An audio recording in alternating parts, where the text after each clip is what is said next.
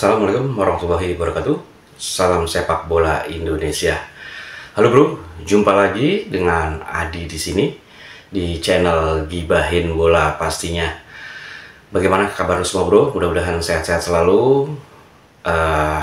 Dan gue mencoba untuk memaparkan sedikit tentang informasi-informasi yang datang dari timnas kita dan juga informasi dari PSSI tentunya, dan juga perkembangan bola ya saat ini ya, khususnya di tim nasional kita. Gue ingin mencoba untuk membahas untuk masalah pemain di pertahanan ya, yaitu pertahanan terakhir atau back, dimana ini sangat penting bagi sebuah tim sepak bola Indonesia.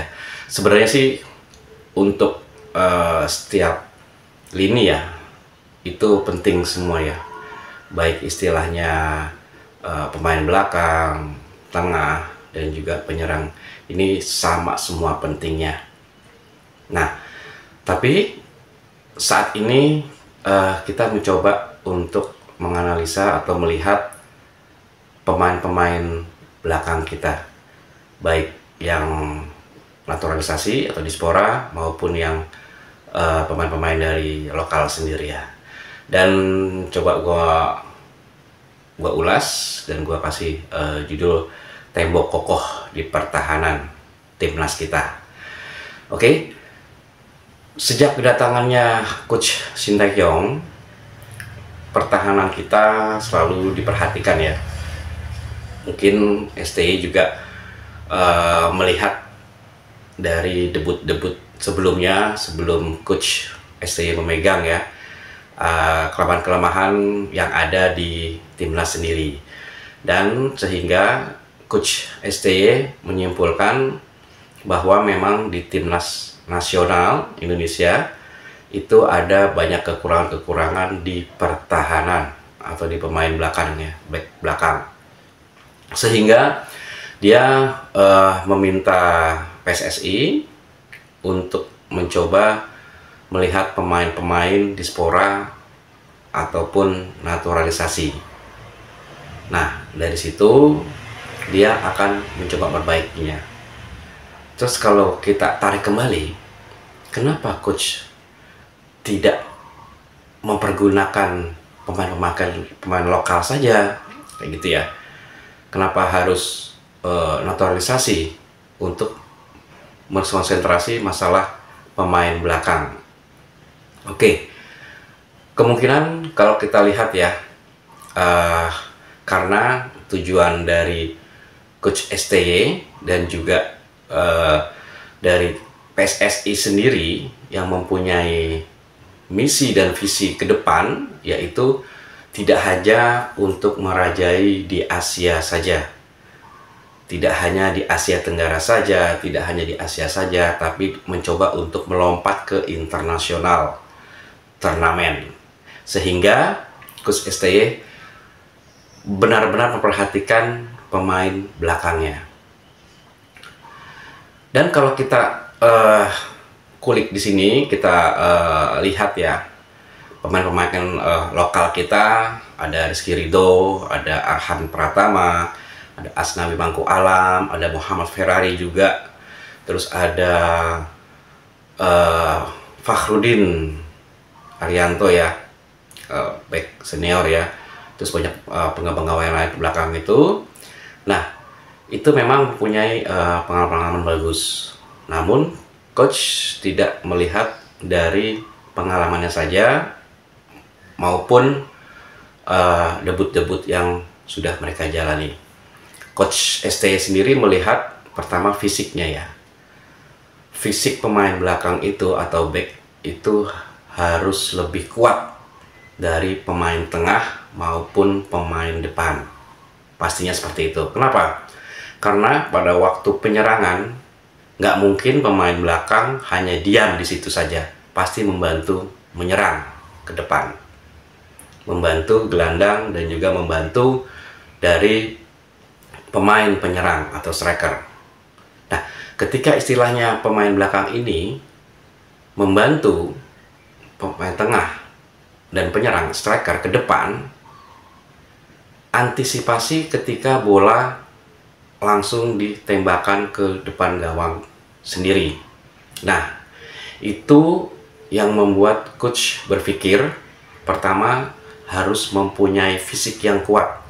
Pastinya lebih besar ya fisiknya daripada pemain tengah dan pemain depan, karena dia harus cepat-cepat ke belakang ke tempat posisinya masing-masing. Itu yang dipikirkan coach STY. Jadi tidak hanya lihai di bola-bola belakang seperti itu ya, tapi itu yang selalu dipikirkan. Gimana kalau ada serangan balik yang menyerang timnas, mau nggak mau pemain belakang harus cepat turun untuk mengawal pertahanannya. Sehingga itu yang akhirnya coach STY harus meminta naturalisasi. Terus ada pertanyaan, kenapa tidak dilatih aja istilahnya pemain-pemain yang sudah ada? Memang betul, tapi kalau untuk fisik, nah itu pun memang notabene pemain-pemain naturalisasi lebih besar, lebih dapat mengcover fisiknya, karena dari terbiasa dari pelatihannya, terbiasa memang dari mungkin ya dari klub-klubnya yang ada, terus juga yang pastinya postur tubuhnya bro. Nah itu juga yang diperhatikan. Kalau kita lihat di sini Rizky Ridho itu tingginya 183, Arhan Pratama 172 fisiknya, karena dari terbiasa dari pelatihannya, terbiasa memang dari mungkin ya dari klub-klubnya yang ada, terus juga yang pastinya postur tubuhnya bro. Nah itu juga yang diperhatikan. Kalau kita lihat di sini Rizky Ridho itu tingginya 183, Arhan Pratama 172 cm, Asnawi Mangku Alam 174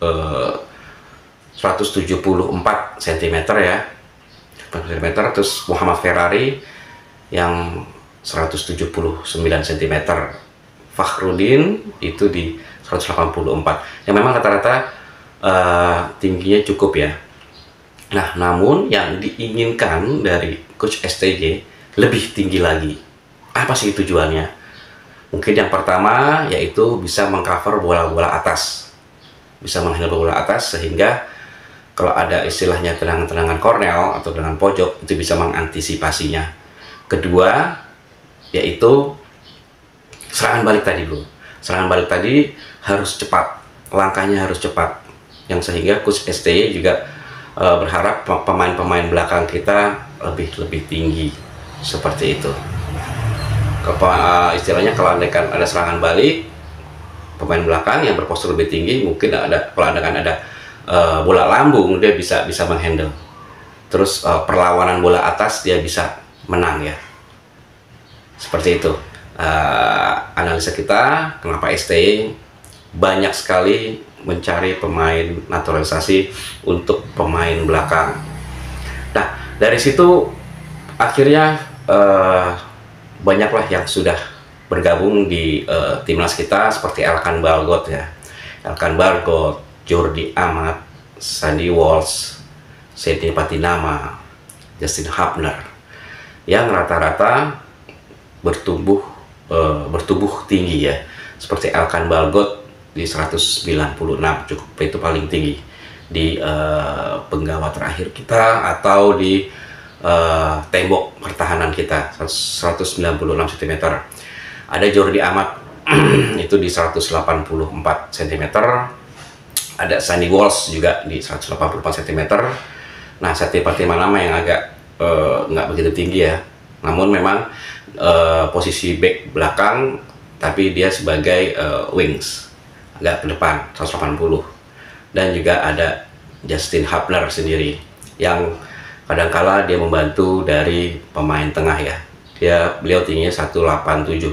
Nah ini rata-rata kalau kita lihat tadi ya, kita kelompokkan untuk pemain-pemain kita, pemain lokal kita, dan juga kita kelompokkan lagi pemain naturalisasi, memang rata-rata tingginya lebih tinggi dan fisiknya lebih kuat pastinya ya, karena memang di klubnya mereka sudah terbiasa untuk masalah penggejotan fisik ya, segala sudah terbiasa untuk berlari cepat ya.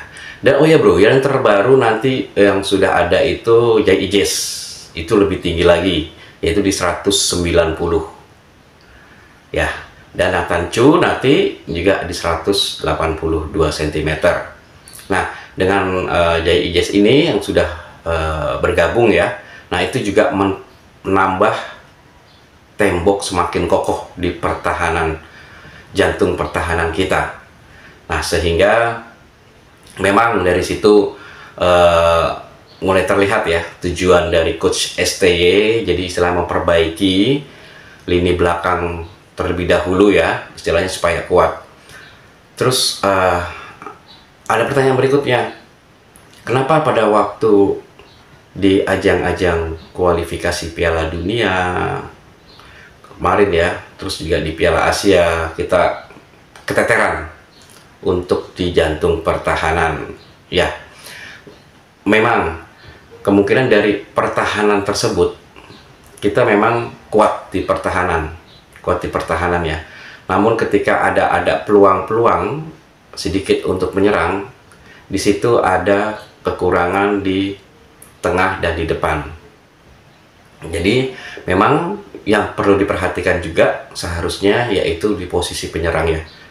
Nah, ini juga mungkin kritikan dari kita sebagai pencinta bola, sepak bola ya, pencinta sepak bola, supporter sepak bola, seharusnya tidak hanya untuk memperkuat dari jantung pertahanan saja, namun harus diperlihaikan atau diperbaiki juga dari pemain-pemain depan kita, sehingga ketika istilahnya serangan-serangan datang dari lawan bertubi-tubi, kita dapat bola, kita lambungkan ke arah lawan. Nah, itu pemain-pemain penyerang kita harus mempunyai skill yang luar biasa, harus lihai di situ. Nah dari itu sebenarnya PR untuk pertahanan di timnas sudah selesai ya, dengan nanti bertambahnya 2 armada lagi, 2 amunisi lagi ya, yaitu Jai Ijes dan Nathan Chu yang posisinya merupakan back juga dan juga postur tubuhnya cukup tinggi-tinggi. Nah, dengan kedatangan 2 back tersebut mudah-mudahan sudah dipastikan yaitu menjadi tembok yang kokoh untuk di pertahanan timnas juga. Namun jangan kita abaikan juga posisi-posisi yang teramat penting ya, yaitu di pemain depan atau striker. Dan akhirnya pun STY menyadarinya dengan pemain yang sudah kokoh di belakang namun jarang sekali menghasilkan gol, sehingga dari sedang mencari pemain-pemain depan atau striker. Ya, memang sudah ada pemain-pemain lokal kita ya, seperti Ramadan Sananta, Hoki Caraka, ada juga Dimas Derajat, ada Dendi juga. Namun itu belum bisa menjawab dari kemilikan gol kita, atau gol-gol yang didapat dari kita sangatlah kurang. Pada waktu Piala Asia kemarin tidak pernah terjadi gol yang datangnya dari pemain striker, rata-rata dari gelandang rata-rata. Meskipun di situ ada Rafael Sturridge ya, Rafael Sturridge dibantu, depannya juga ada Marcelino, ada Ivar Jenner ya. Namun untuk pemain-pemain belakang, pemain-pemain depan, striker itu masih belum. Nah, seharusnya tetap diperhatikan juga. Jadi kita berharap pertahanan tembok besar yang kokoh sudah terbentuk, sudah ada ya saat ini, tinggal untuk pemain depannya saja. Jadi kita kuat di pertahanan, kita maju pesat dan menghasilkan banyak gol di lini depannya. Oke bro, mungkin itu saja yang gue sampaikan. Terima kasih telah menyimak video gue ini. Sehat selalu buat lo. Jangan lupa mohon di subscribe, like, and komennya. Gue bersama Adi di Gibahin Bola. Wassalamualaikum warahmatullahi wabarakatuh. Salam sepak bola Indonesia. Ciao.